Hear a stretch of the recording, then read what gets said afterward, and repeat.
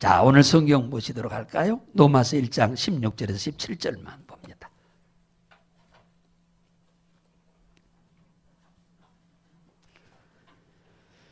로마서 1장 16절 17절. 자, 시작. 내가 복음을 부끄러워하지 아니하노니 이 복음은 모든 믿는 자에게 구원을 주시는 하나님의 능력이 됨이라. 첫째는 유대인에게요, 또한 헬라인에게로다.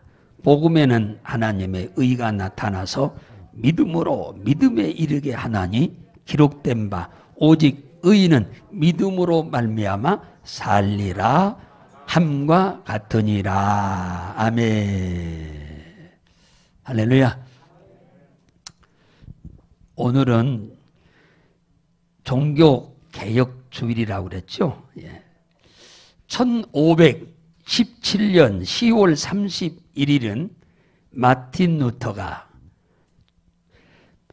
비텐베르크의 대학의 정문에다가 카톨릭 교회의 95가지의 잘못된 것들을 반박문을 써서 붙여놓고 종교개혁에 깃발을 꽂은 지 505주년이 되어서 전 세계 개신교 교회가 오늘 다 똑같이 매년 종교개혁주일로 지키고 있습니다. 종교개혁은 원래 좋은 방향으로 가기로 계획을 세워놨는데 이 종교개혁은 바른 길로 가지 못하고 있기 때문에 원래 방향으로 우리가 고쳐서 선회하자라고 하는 의미로 개혁이라고 하는 말을 사용하게 됩니다. 기독교의 시작은 예수님의 말씀을 믿는 120명의 성도들이 마가의 다락방에 모여서 예수님이 십자가에 죽고 돌아가신 이후에 열흘 동안 열심히 기도해서 성령의 충만함을 받아가지고 이 교회가 시작됐습니다. 이들은 한결같이 하나님이 세상을 창조하심과 자신들을 만드신 것을 믿었어요. 다시 말하면 창세기 1장 1절에 태초에 하나님이 천지를 창조했다고 하는 이 말을 믿었다 그 말이죠. 두 번째는 이들은 하나님의 말씀에 불순종하여 선악과를 따먹은 죄로 우리 인간의 영혼과 육체가 죽게 되었음도 믿게 되었습니다. 로마서 5장 12절에 보면은 한 사람으로 말미암아 죄가 세상에 들어오고 그 죄로 말미암아 사망이 왔으니 이와 같이 모든 사람이 죄를 지었으므로 사망이 모든 사람에게 이르렀느니라. 불순종의 죄로 우리 인간에게 영과 육이 다 사망이 왔음도 이들은 믿게 됐습니다. 세 번째는 불순종한 죄로 하나님께 버림을 받아 에덴 동산에서 쫓겨남으로 우리 인간이 흑암의 권세, 어둠의 권세에게 붙잡혀 종노릇 할 수밖에 없는 것도 믿게 됐습니다. 로마서 6장 16절에 보면 너희 자신을 종으로 들여 누구에게든지 순종하면 그 종이 되는 줄 알지 못하느냐. 죄의 종으로 사망에 이르고 의의 종으로 순종하여 의에 이르느니라. 누구든지 순종하는 사람에게 우리 인간은 종이 된다 그 말이에요.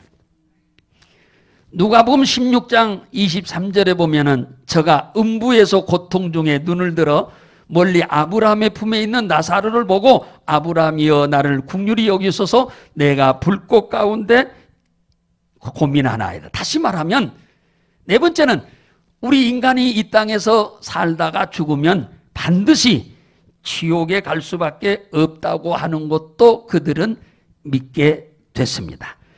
이 사실을 믿는 사람들로 인해서 교회가 시작된 겁니다. 기독교는 이 어둠의 권세에게 빠져가지고 온갖 원치 않는 고난을 당하고 있는 사람들을 하나님이 보시고 안타까워 불쌍히 여겨서 이 고난에서 우리 인간을 건져주기 위해서 하나님이 놀라운 계획을 세우셨습니다. 그것이 하나님이 육신을 입고 이 땅에 오셔서 우리들이 범한 죄를 대신해서 십자가의 대속제물이 되어 죽으실 것을 그들은 믿은 줄로 믿으시기 바랍니다.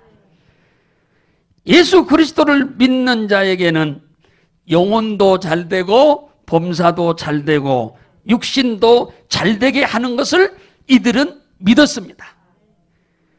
또 끝까지 믿음을 잘 지키는 자에게 반드시 주님은 우리들을 천국으로 인도해 가실 것도 믿었습니다. 이들이 교회의 시작이 된 겁니다. 점점 그들의 신앙으로 인해서 신앙이 쭉 전수되다가 중세에 와가지고 가톨릭 교황이 천국문을 열어서 천국에 들어갈 수 있게도 하고 들어갈 수 없게도 한다고 하는 이상한 말을 하기 시작하게 된 겁니다. 이것은 말도 안 되는 일이지요.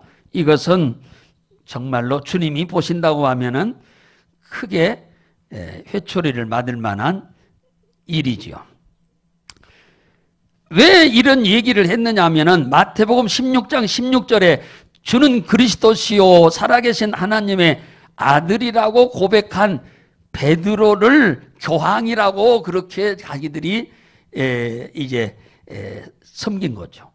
그래서 교황이 그의 대를 이어서 천국에 들어가기도 하고 못 들어가기도 한다고 좀 하나님 보시기에 아름답지 못한 말을 하게 됐습니다. 그래서 교황이 이 베드로가 고백한 이 신앙 고백을 두고 내가 천국 열쇠를 내게 주겠다라고 하는 이 얘기를 한 것 때문에 그런 현상이 생겼어요.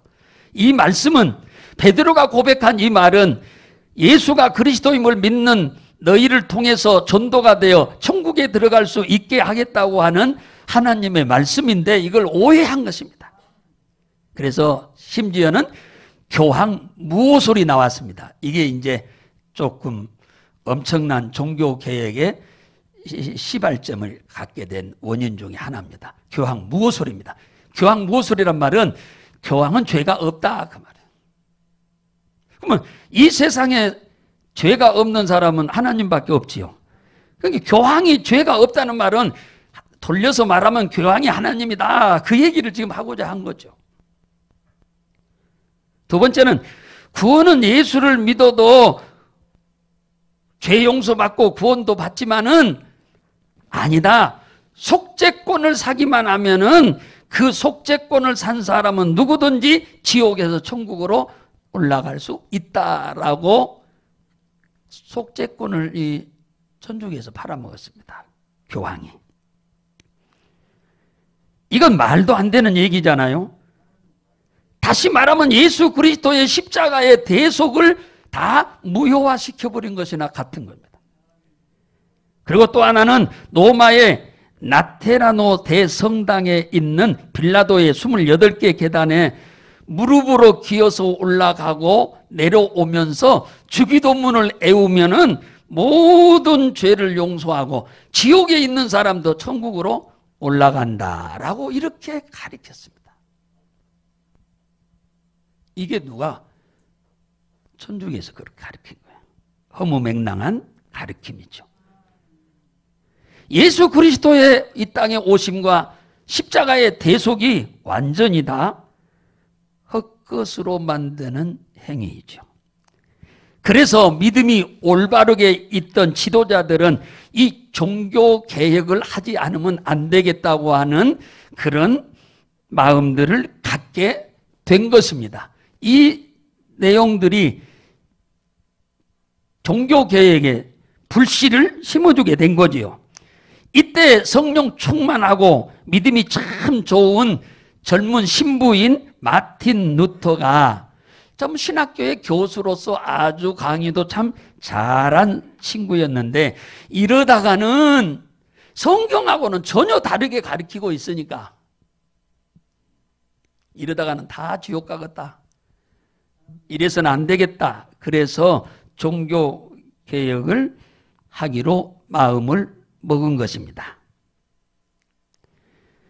주위에 많은 사람들이 이 천주교의 이 만행을 보고 종교개혁의 필요성은 알지만은 교황과 싸워서 이길 수 있는 사람이 하나도 없고 다 처형당해서 죽을 수밖에 없다는 걸 알고 마음으로만 그런 마음 먹고 자기들끼리만 모여서 그런 말을 했지 실제로 종교개혁을 하겠다고 기치를 들고 나온 사람들이 없었는데 이 마틴 루터가 죽기를 각오하고 종교개혁의 기치를 들고 1517년 10월 31일에 등장하게 된 겁니다. 그래서 마음으로 먹고 있던 많은 사람들이 행동을 못하고 있던 그들이 거기에 많이 동조를 하게 된 줄로 믿으시기 바랍니다. 종교개혁을 할 때 그저 그 여러 가지 천주교에서 잘못 말하고 있는 것만 가지고 종교개혁을 하려고 한 게 아니라 종교개혁을 할 때 이 5가지 원리를 기치로 들었는데 첫째는 오직 성경, 오직 은혜, 오직 믿음, 오직 그리스도, 오직 하나님께 영광이라고 하는 이 5가지 원리를 들고 종교개혁을 하면서 이것을 믿는 사람은 따라와라 이렇게 된 겁니다. 오직 성경이란 말은 성경만이 최고의 권위가 있다. 그 말은 무슨 말이냐면 교황이 사람을 천국 보내고 지옥 보내고 하는 것이 아니다. 이제 그 얘기를 하고자 하는 거죠. 오직 은혜라. 그 말은 믿음으로 말미암아 은혜로 구원을 받는다. 오직 믿음은 은혜로만 믿음으로 말미암아 구원을 얻는다. 오직 그리스도 하나님과 우리 인간 사이의 중보자는 예수 외에는 없다. 오직 하나님께 영광은 우리는 하나님의 영광을 위해서만 살아야 한다. 이 5가지를 가지고 종교개혁을 시작을 한 것이죠. 이 개혁의 불씨가 전 유럽에 확산됐어요. 그때 당시에는 교황이 다 국가의 왕들을 임명을 했거든요. 교황이 나라의 왕을 다 세웠습니다. 그러니까 돈 주면 세워주고 돈 안 주면 안 세워주고 그러니까 왕들이 뿔이 나서 다 있던 차에 마틴 루터가 종교개혁을 하고 일어서니까 그 많은 왕들이 거기에 가세를 해서 마틴 루터를 돕기 시작을 했던 거지요.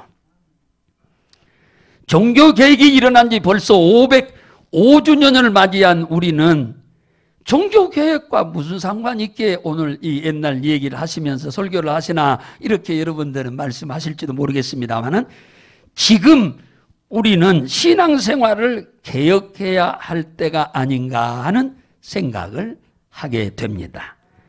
영혼이 구원받아 천국 가는데 조금도 방해를 받지 않을 만한 신앙으로 육신을 입고 이 땅에 살면서 영혼도 잘 되고 육신도 잘 되고 범사도 잘 되는 축복을 받는데 걸림돌이 되지 않도록 우리는 그 걸림돌이 되는 것들을 개혁해 내야겠다. 할렐루야. 버려야 한다 그 말이에요.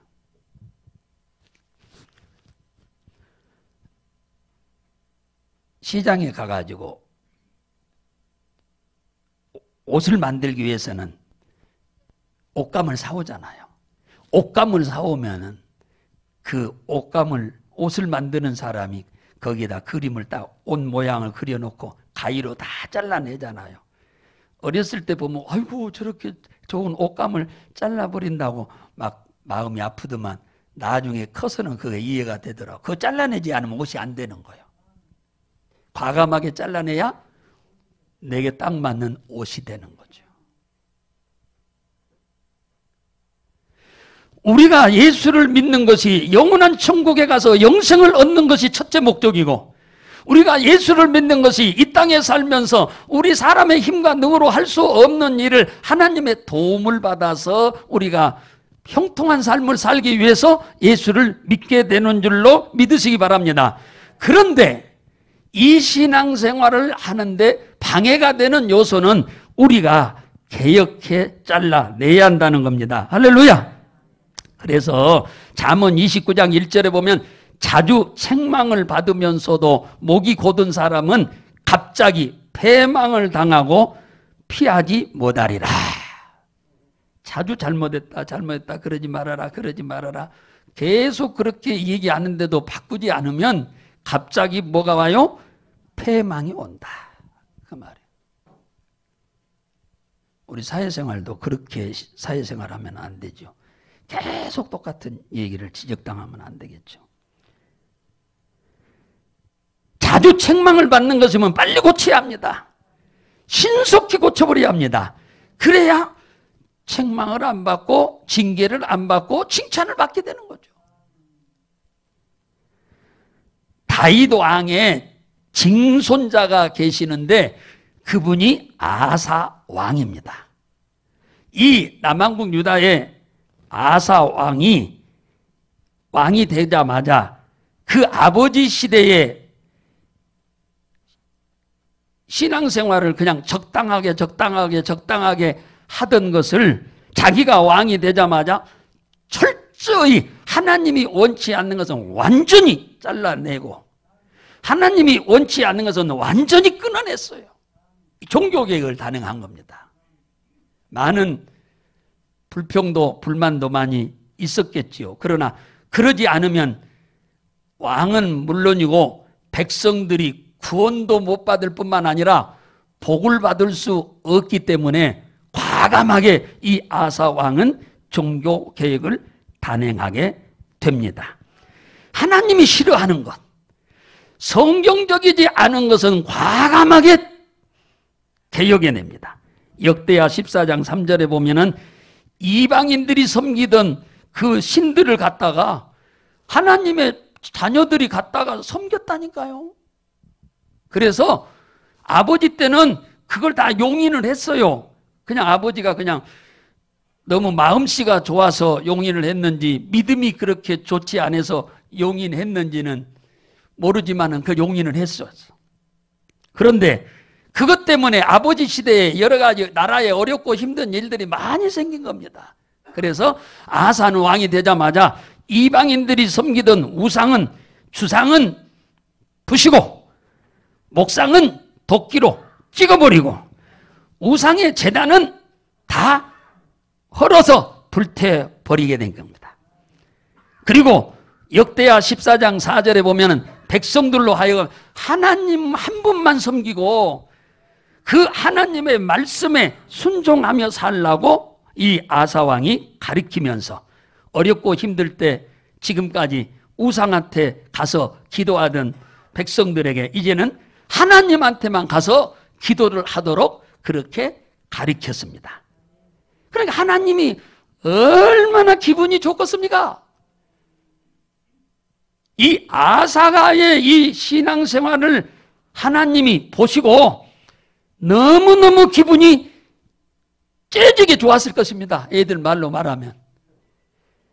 그래서 하나님이 역대하 14장 1절에 10년 동안 평안을 주었더라. 전쟁이 없도록 해줬다. 10년 동안. 우리는 지금 6.25 전쟁 이후에 70여 년이 다 되잖아요. 하도 이스라엘은 전쟁이 많았기 때문에 10년 전쟁 안 한 걸 가지고 하나님이 10년 동안 전쟁을 안 하게 해줬다고 이렇게 감사하는 거예요.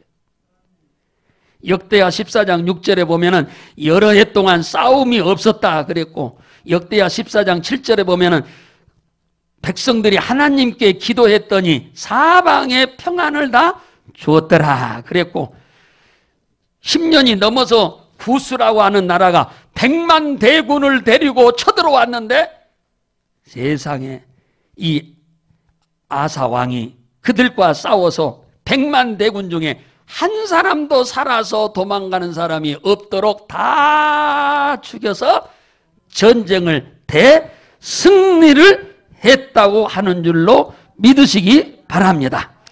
하나님이 싫어하는 것을 놔두면 하나님이 복을 안 줍니다. 우리는 하나님의 축복을 받기를 원하는 마음은 간절한데 하나님이 싫어하는 것을 계속 우리가 갖고 가면은 하나님이 우리에게 주실 축복이 계속 지연되고 늦어지는 거예요.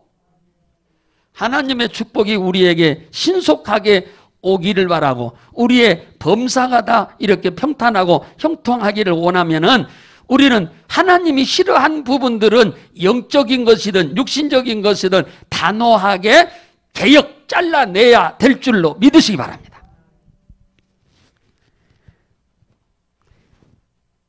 미국의 KFC 켄터키 치킨 사장 이 얘기를 그동안에 몇 번 했는데 이렇게 상세하게 해본 적은 없습니다. 이분이 이름이 누구냐? 해럴드 샌더스라고 하는 분인데 미국 인디애나주에서 아주 가난한 농부의 가정에서 태어났습니다. 6살 때 그의 아버지가 돌아가시고 어머니는 도마도 통조림 공장에 다니면서 일을 하기 때문에 아침 일찍 갔다 늦게 오시니까 동생 둘을 돌보는 일을 이 샌더스가 하면서 저녁 준비도 다 이 샌더스가 하게 됩니다. 12살이 되어서 어머니가 재혼을 하게 되는데 새 아버지한테 갔더니 새 아버지가 뭐가 그렇게 불만스러운지 이 샌더스를 미워하고 막 날이면 날마다 때리서 도저히 견딜 수가 없어서 그 집에서 뛰쳐나와가지고 이모의 집에 가서 지내다가 17살에 군대 입대해가지고 18살에 2년 동안 군복무하고 전역을 합니다. 그리고 기차에 취직을 해서 석탄을 그저 기차에다 삽으로 떠서 넣는 그런 일을 하다가 28살에 결혼을 했는데 그 부인이 남편인 샌더스가 돈을 많이 벌어오지 않는다고 도망가 버렸어요. 그래서 그는 악착같이 일을 하기 시작하고 그래서 1930년에 50살에 켄터키 주유소를 차려가지고 주유소가 너무너무 잘 되니까 그 주유소 옆에 창고를 하나 사가지고 개조해서 여행자들을 위해서 샌더스 카페라고 하는 것을 열어가지고 그 다음에 햄과 스테이크를 이렇게 팔아가지고 엄청나게 장사가 잘 돼서 2년 만에 주유소를 없애고 그 다음에 식당으로 이 본업을 바꾼 거예요. 그리고 너무 손님이 많아서 주위에 모텔들을 다 또 인수를 했어요. 너무너무 잘 됐어요.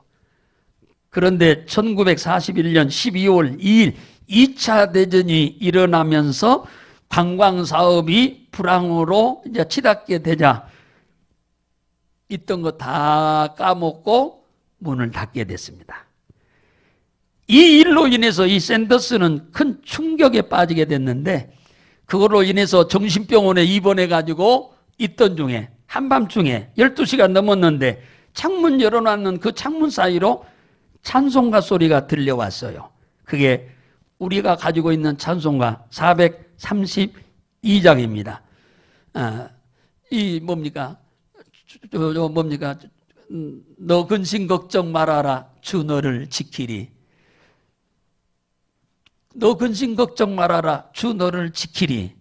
그 노래잖아요. 432장에 보면은 주 날개 밑에 거하라 주 너를 지키리. 주 너를 지키리. 아무 때나 어디서나 주 너를 지키리.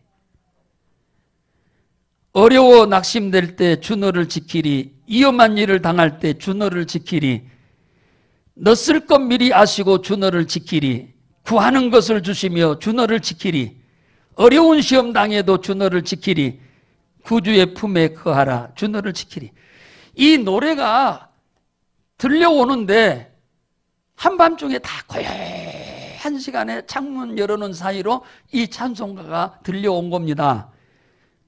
목류병 환자처럼 그 찬송가에 끌려서 병원을 나서가지고 그걸 조금 잠깐 나가니까 그 병원 앞에 있는 상가 지하에 자그마한 교회가 하나 있었는데 그 교회에서 어느 한 여자분이 찬송가를 그렇게 계속 부르고 있었던 겁니다. 그 찬송가를 부르는 사람 옆에 가서 앉아가지고 저 인간은 어떻게 해서 저렇게 근심 걱정이 없단 말인가 물어보려고 그가 있다가 아니 한도 끝도 없이 노래만 부르고 있는 거요. 그 소리를 듣다가 그가 깨졌어. 내가 왜 사업을 이렇게 시작하다가 전쟁이 일어나서 사업을 문을 닫을 수밖에 없게 되고 또 여러 차례 불이 나서 다 알거지가 되도록 되어버리게 되기도 하고 여러 차례 그 이유를 몰랐는데 오늘 이 찬송가를 들으면서 내가 하나님을 떠나서 살았기 때문에 이 모양 이 꼴이었구나 하는 것을 깨닫게 된 겁니다. 그래서 거기서 회개하고 그가 결심을 합니다. 내가 이제는 하나님을 믿고 믿음 안에서 내가 살아야겠다. 그래서 주일 성수를 내가 철저히 하고 내가 하나님을 의지하지 않고 살았던 지난 날을 회개하고 내가 새벽에 하나님을 늘 의지하고 의탁하고 기도로 맡기고 살아야겠다. 다 망하고 나니까 돈이 얼마 남았냐 하니까 105불이 남았다는 거예요. 그 엄청난 부자가 105불 남았어. 105불. 그런데 이 샌더스는 그 누구에게도 갖지 않은 아주 놀라운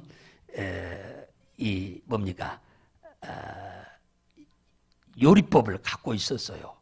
이 치킨 엄청나게 맛있어서 장사를 어마어마하게 잘 됐었는데 이게 망해 버려서 이제 105불 가지고 어떻게 할까 하다가 기도하다가 하나님이 기도를 하는데 환상에 닭이 올라가는 환상을 보여준 거예요. 그러니까 그러면 하나님이 나보다 닭 종류의 장사를 하라고 하는 건데 내가 지금까지 치킨을 엄청나게 잘했고 레시피도 아주 잘 만들어서 누구도 따라올 수 없을 만한 이런 내가 요리 방법을 만들어 놨는데 그러면은 내가 이걸 요리법을 팔아서 체인점을 내가지고 돈을 벌어야겠다 생각해가지고 그때부터 이제 돌아다니면서 체인점을 물색하는데 1009번째 사람을 만나가지고 제1호점을 냈답니다.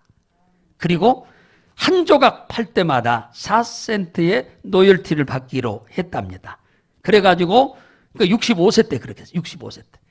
그래서 90세에 세상을 떠날 때에 48개 나라에 이 매장을 6,000개의 체인점을 갖고 있었고 2020년에 140개 국가에 23,000개의 이 켄터키 치킨 매장을 체인점을 개설하게 됐다. 돈 어마어마하게 벌고 있죠, 이 양반이.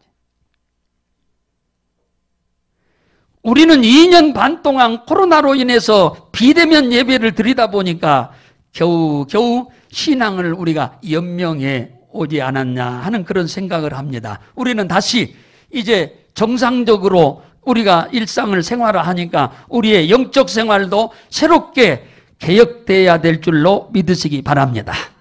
그런데 가장 먼저 우리가 개혁해야 할 부분이 한두 가지가 아닙니다만은 나름대로 말하자면 사람마다 다 다르니까. 그런데 우리가 신앙생활 할 때 가장 먼저 개혁돼야 할 것이 뭐냐면은 주일 성수입니다. 주일 성수가 개혁 안 되면 다른 것은 다 안 되잖아요. 우리 그리스도인에게 가장 중요한 날은 주일입니다. 창세기 2장 3절에 주님이 뭐라고 했느냐 하면은 이 안식일을 복주사 거룩하게 했다 그랬어요. 이 복주사라고 하는 이 복은 히브리어로 바라크란 말인데 찬양하는 복, 기도하는 복, 감사하는 복, 예배 드리는 복을 말하는 겁니다. 그러니까 엿새 동안 하나님이 세상을 창조하고 이랬저랬 된 날 안식하시며 그날을 복 줬다는 말은 하나님을 향하여, 복에 근원된 하나님을 향하여 찬양하고 기도하고 감사하고 예배를 드리도록 하게 하나님이 정했다 그 말이에요. 거룩하게 하셨다. 히브리어로 카다시란 말인데 봉헌하다 그 말이에요. 찬양을 하나님 앞에 봉헌에 올리고, 기도를 하나님 앞에 봉헌에 올리고, 감사를 하나님 앞에 봉헌에 올리고, 예배로 하나님 앞에 봉헌에 올리는 날이 주일날이다. 할렐루야. 이것을 이사야 58장 13절에서는 히브리어로 카도시라고 해서 하나님께 영광을 돌리기 위해서 따로 떼어놓는 날이다 그 말이에요. 거룩한 날이라고 하는 표시로 하나님이 구별해 놨다 그 말이에요. 성일. 존귀한 날이라는 말은 이사야 58장 13절에 카바드란 말인데 하나님께 짐을 안겨드리는 날이다. 우리가 하나님 앞에 찬양과 기도와 감사와 예배로 하나님 앞에 영광을 봉헌에 올리니까 하나님이 그걸 받으시고 부담을 느끼신다는 거예요. 부담을 느낀다는 거예요. 짐을 안는다는 거예요. 무슨 말이냐? 저들이 나를 위하여 이리도 기쁘게 하니 내가 저들에게 무엇으로 축복을 할꼬? 내가 저들에게 무엇으로 내가 복을 줄꼬? 내가 저들에게 언제 복을 줄꼬? 주님이 고민하게 하는 날이다 그 말입니다. 그러니 이사야 58장 13절에 즐거운 날이라고 하죠. 오메, 즐거움을 하나님이 주신다. 그래서 우리들의 엿새 동안의 삶 가운데 하나님이 우리가 즐겁게 살도록 한다. 여러분을 향하여 누군가가 가련제일교회 누구누구에게 내가 복을 줘야겠구나. 하나님이 내가 누구누구에게 언제쯤 복을 줄까? 어떻게 복을 줄까? 무엇으로 줄까? 고민하도록 하나님이 하신다면 그 사람은 복 받겠어? 못 받겠어? 복 못 받을 수가 없겠죠. 제가 왜 오늘 다른 말 안 하고 주일 성수에 대해서 개혁을 해야 한다고 하는 말을 드리는 이유는 이 주일 성수를 우리가 올바르게 해서 하나님 앞에 봉헌해 드림으로 인해서 주님이 즐겁고 기뻐가지고 우리는 잠도 자고 졸기도 합니다마는 하나님은 졸지도 않고 주무시지도 않으면서 우리에게 무엇으로 축복할까? 어떻게 축복할까? 언제쯤 축복할까? 주님이 고민하실 수 있도록 우리 신앙생활 좀 다 같이 좀 잘합시다. 할렐루야. 우리가 잘 되기를, 축복하시기를 고민하시도록 믿음은 아멘 합시다. 그래서 이사야 58장에서는 주일을 잘 성수하는 자에게 하나님이 약속한 축복이 세 가지가 있는데 그게 바로 이사야 58장 14절에 즐겁게 사는 복을 보장해 주겠다는 거예요. 즐겁게 사는 거. 여러분 돈이 많아도 즐겁게 살지 못한 사람 많잖아요. 많이 배우셨어도 즐겁게 살지 못한 분 많아요. 잘생겼어도 즐겁게 살지 못한 분 많습니다. 이건 내가 즐겁게 오늘부터 살아야겠다 한다고 즐겁게 사라지는 게 아니잖아요. 하나님이 주시는 선물이요. 땅에서 높여주겠다고 하잖아요. 그 이름에 좋은 쪽으로 그 사람의 명예를 높여주겠다는 거 하나님이. 야곱의 업으로 기르겠다는 거. 야곱의 업으로. 그만한 야곱의 업은 직업이잖아요. 그분의 사업인데 하는 일입니다. 돈벌이 하는 일이에요. 이건 경제적으로 하나님이 이익되게 해주겠다 하는 말씀이에요. 마음도 즐겁고 이름도 높여지고 물질도 적당하게 있으면 행복하지 않겠어요? 이래야 행복합니다. 그러니까 행복은 우리가 만들어가는 것 같지만 우리가 만들 수 있는 게 아니고 행복은 하나님이 우리에게 만들어 주시는 축복이니까 우리가 이 주일 성수를 잘 하셔서 우리 모두 하나님이 날이면 날마다 우리는 잠을 자도 우리는 졸아도 하나님은 내가 무슨 복을 줄까? 내가 언제쯤 줄까? 어떻게 줄까? 주님이 끊임없이 우리를 향하여 즐거워서 기뻐서 좋아서 고민하실 수 있는 주일 성수가 되어서 여러분들이 몽땅 다 복의 주인공들이 되기를 주의 이름으로 축원합니다.